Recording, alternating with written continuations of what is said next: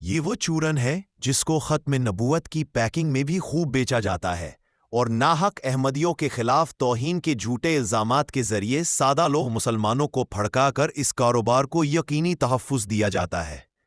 کب تک رحمت اللہ عالمین صلی اللہ علیہ وآلہ وسلم کے مقدس نام و مرتبہ کی توہین اور گستاخی کا بہانہ بنا کر یہ گستاخ خود گستاخیاں کرتے رہیں گے؟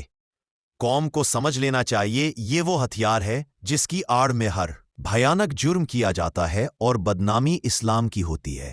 اس کاروبار میں مولویوں کی شراکت داری بھی کوئی ڈھکی چھپی نہیں۔